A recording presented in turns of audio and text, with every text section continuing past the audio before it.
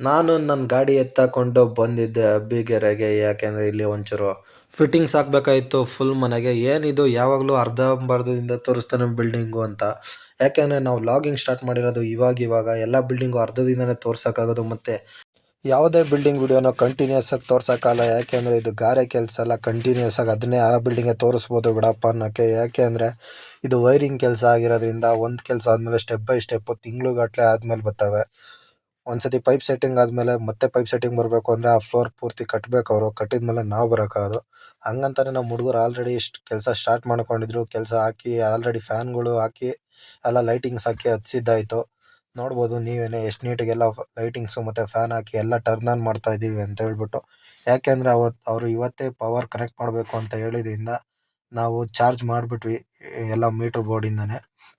ನೋಡ್ಬೋದು ಎಲ್ಲ ಪೂರ್ತಿ ಯಾವುದು ಬಿಡದೆ ಎಲ್ಲನೂ ಹಾಕ್ಕೊಂಡು ಬರೋ ಅಷ್ಟೊತ್ತಿಗೆ ಆಲ್ರೆಡಿ ನೈಟ್ ಇಷ್ಟೊಂದು ಕತ್ಲಾಗಿತ್ತು ಅಲ್ಲಿ ಬಿಡೋ ಅಷ್ಟರಲ್ಲೇ.